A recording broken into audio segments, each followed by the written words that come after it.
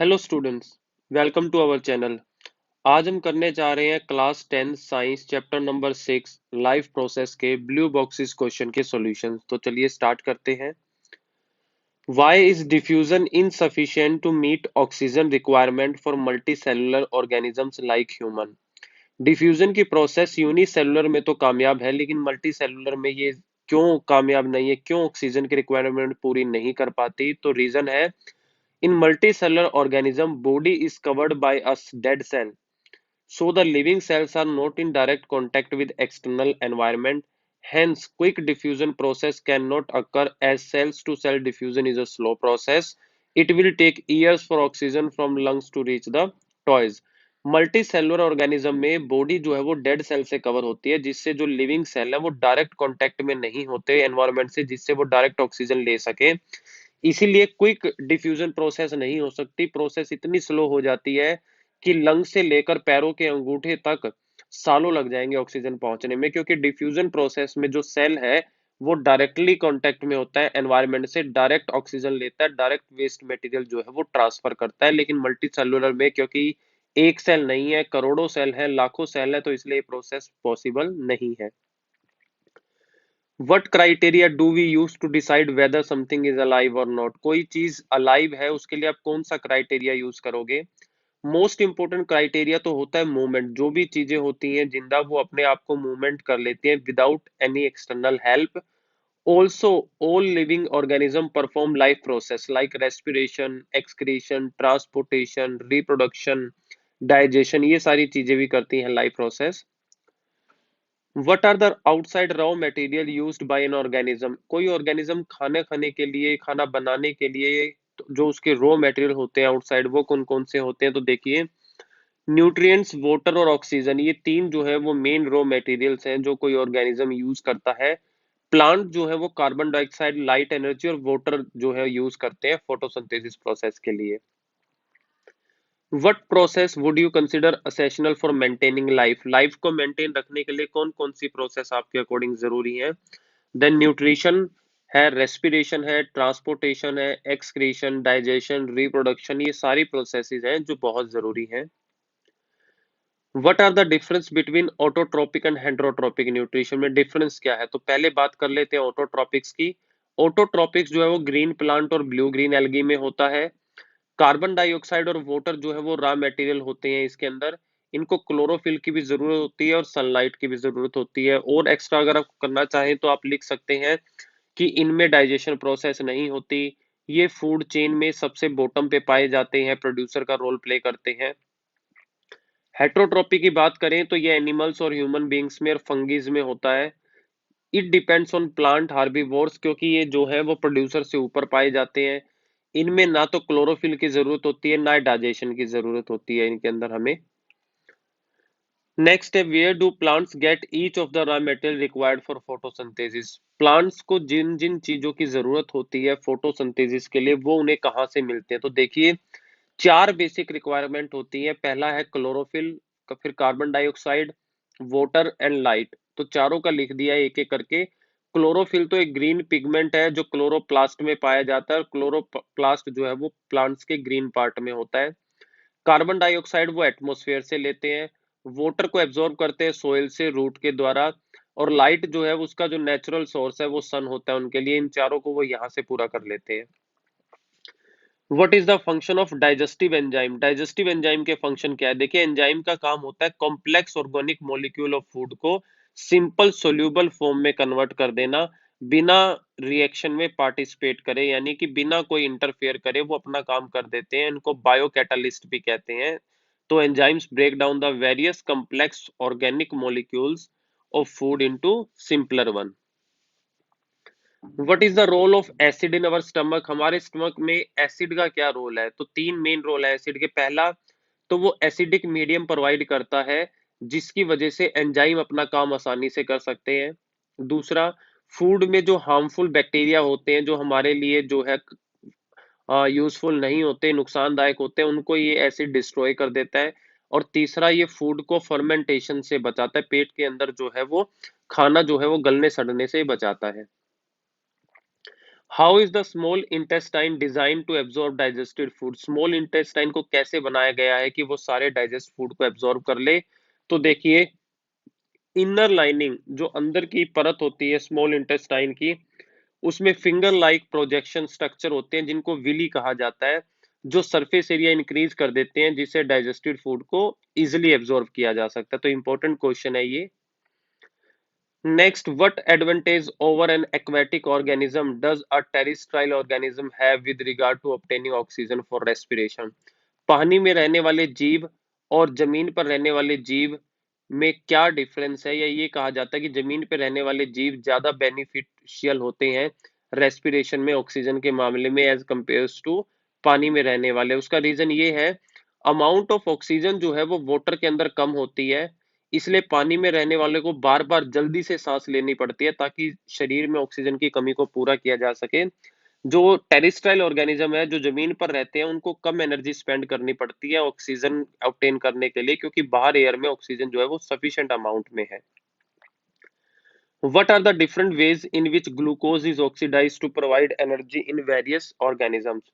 कौन से अलग अलग तरीके हैं जिनमें ग्लूकोज से एनर्जी प्राप्त की जाती है अलग अलग ऑर्गेनिज्म में? तो देखिए, कुछ ऑर्गेनिज्म तो ऑक्सीजन का यूज करते हैं ग्लूकोज को ब्रेक डाउन करने के लिए कार्बन डाइऑक्साइड और वाटर में। इस तरीके की प्रोसेस को तो हम एरोबिक रेस्पिरेशन बोलते हैं। वेयर सम बैक्टीरिया और ईस्ट जो है वो ऑक्सीजन को इन्वॉल्व नहीं करते, तो यहाँ पर ग्लूकोज ऑक्सीडाइज तो होता है लेकिन कंप्लीटली नहीं हो पाता। इस तरीके की प्रोसेस को हम एनएरोबिक रेस्पिरेशन बोलते हैं। इनकी रिएक्शंस हमारे पास ये आ गई, देखिए। ग्लूकोज जिसके अंदर 6 कार्बन मॉलिक्यूल होते हैं, साइटोप्लाज्म के अंदर वो टूट जाता है इंटरमीडिएट फॉर्म में जिसे पायरूवेट बोलते हैं। उसके अंदर 3 कार्बन मॉलिक्यूल पाए जाते हैं। उसके बाद प्रोसेस 3 स्टेप्स में आ जाती है।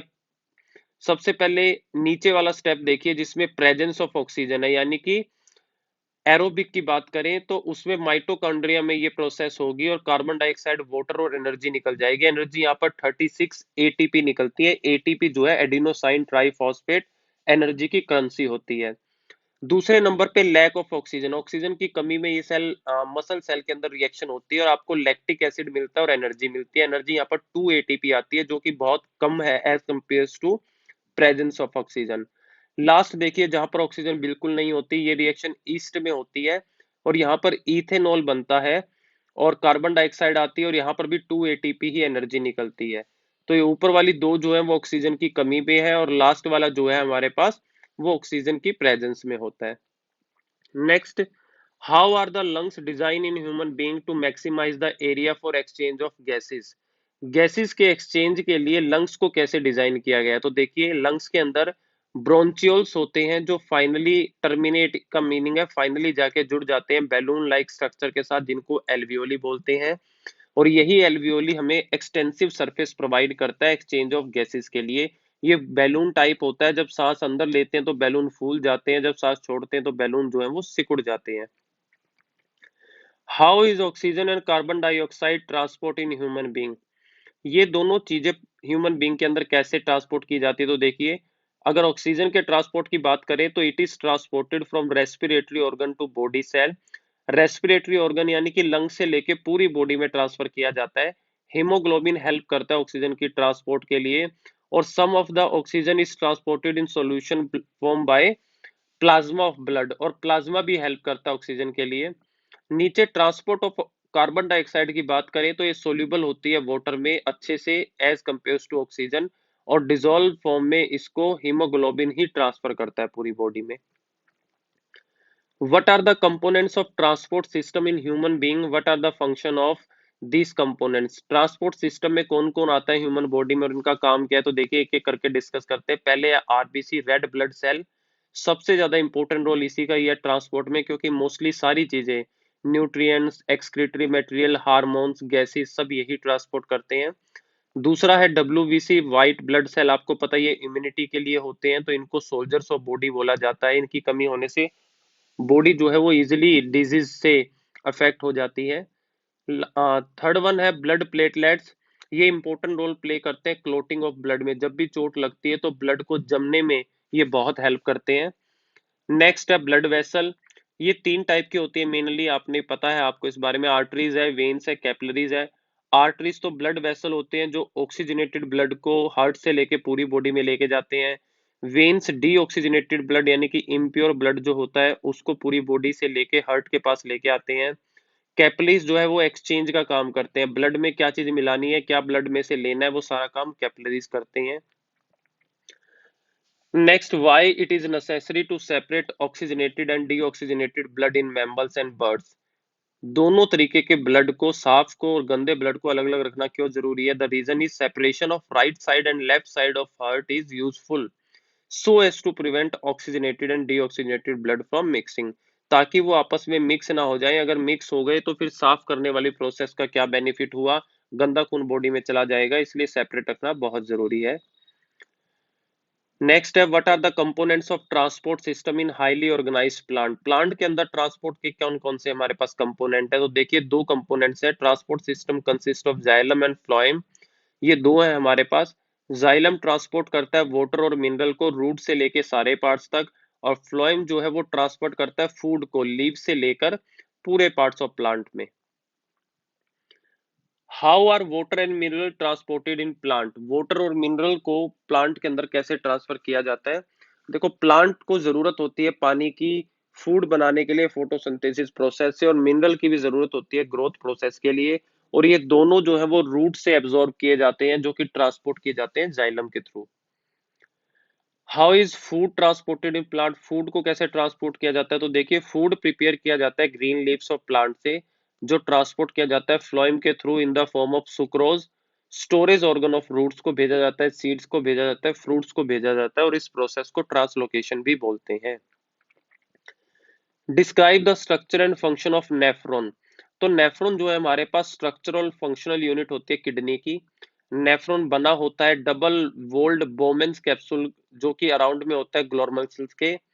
नेफ्रॉन एम्प्टी हो जाता है, अपने आप को खाली कर देता है कलेक्टिंग डक्ट में, जहां वो वेस्ट डालता है। सारे का सारा कलेक्टिंग डक्ट जो है बाद में डिस्चार्ज होता है एक सेंट्रल कैविटी ऑफ किडनी में, जो बाद में यूरेथर के साथ कनेक्ट होती है, और यूरेथर से यूरिनरी ब्लैडर में जाके वो यूरेथ्रा से बाहर निकल जाता है। अगर स्ट्रक्चर की बात करें तो स्ट्रक्चर भी हमारे पास नेफ्रॉन का है, ये स्ट्रक्चर आपने देख लेना है। ये जो येलो पाइप बड़ी सी है यही कलेक्टिंग डक्ट है हमारे पास। और नेफ्रॉन का काम क्या है वो देख लीजिए। नेफ्रॉन फिल्टर करता है ब्लड को, ताकि उसमें से जितने नाइट्रोजेनियस मेटाबॉलिक वेस्ट है उसको अलग कर लिया जाए। फिर भी वो उसमें से जो यूजफुल चीजें होती हैं उनको दोबारा से रीएब्जॉर्ब कर लेता है, जैसे कि ग्लूकोज, अमीनो एसिड, मिनरल, और बड़े सारा अमाउंट वाटर का रीएब्जॉर्ब करके जो फाइनली वेस्ट बचता है उसको ही आगे पास किया जाता है। ये डायग्राम आपने बना लेना है, डायग्राम भी इंपॉर्टेंट हमारे पास, जिसमें रीनल वेन और रीनल आर्टरीज शो कर रखी हैं। नेक्स्ट है, what are the method used by plants to get rid of excretory product? जो प्लांट्स के वेस्ट प्रोडक्ट होते हैं उनसे प्लांट्स अपना छुटकारा कैसे पाते हैं, अपनी बॉडी से उनको अलग कैसे करते हैं? 4 स्टेप है। पहला देखिए, एक्सेस अमाउंट ऑफ वाटर जो होता है वो वेपर्स की फॉर्म में अपनी बॉडी से निकाल देते हैं, जिसे ट्रांसपीरेशन भी बोलते हैं। वेस्ट प्रोडक्ट पत्तियों के अंदर, लीव्स के अंदर स्टोर हो जाते हैं, जब वो लीफ पेड़ से टूटकर गिर जाती है तो वेस्ट अपने आप अलग होकर गिर जाता है। तीसरा, plant also excrete some waste in the soil around them through roots. Roots के थ्रू भी, सोइल के अंदर भी वो वेस्ट प्रोडक्ट डालते हैं। कई बार आप पेड़ को खोदोगे तो उसकी जो रूट्स होती हैं उनके साथ ब्लैक कलर का मटेरियल टच होता है, काली सी वो पड़ जाती है, वो वेस्ट ही होता है हमारे पास। लास्ट है जो बार्क होता है, बार्क का मीनिंग है जो मोटी चमड़ी होती है पेड़ के ऊपर, डेड सेल की बनी होती है, उसके अंदर जो है वो वेस्ट ही होता है। वो अपने टाइम टू टाइम अपने आप जो है वो उतर के सूख के नीचे गिरती रहती है, वो भी वेस्ट ही होता है। लास्ट है, how is amount of urine produce regulated? Urine का अमाउंट जो है लगातार कैसे बनता रहता है? देखिए, टोटल यूरिन जो हमारी बॉडी में एक्सक्रीट होता है वो 1.6 से लेकर 1.8 लीटर का होता है। ये क्वांटिटी इंक्रीज हो सकती है अगर लार्ज इनटेक ऑफ फ्लूइड, आपने ज्यादा लिक्विड चीजें ले ली, और डिक्रीज भी हो सकता है अगर आपने लेस लिक्विड चीजें ली है। If amount of water and dissolve waste in body are more, तो अमाउंट ऑफ यूरिन भी ज्यादा हो जाएगा, और अगर वाटर और डिजोल्व वेस्ट लेस है बॉडी में तो यूरिन भी जो है वो कम हो जाएगा। Thank you for watching this video. आज हमने ब्लू बॉक्स के क्वेश्चंस के सॉल्यूशन किए। नेक्स्ट वीडियो में हम इसी चैप्टर के बैक एक्सरसाइज के क्वेश्चंस के सॉल्यूशन करेंगे।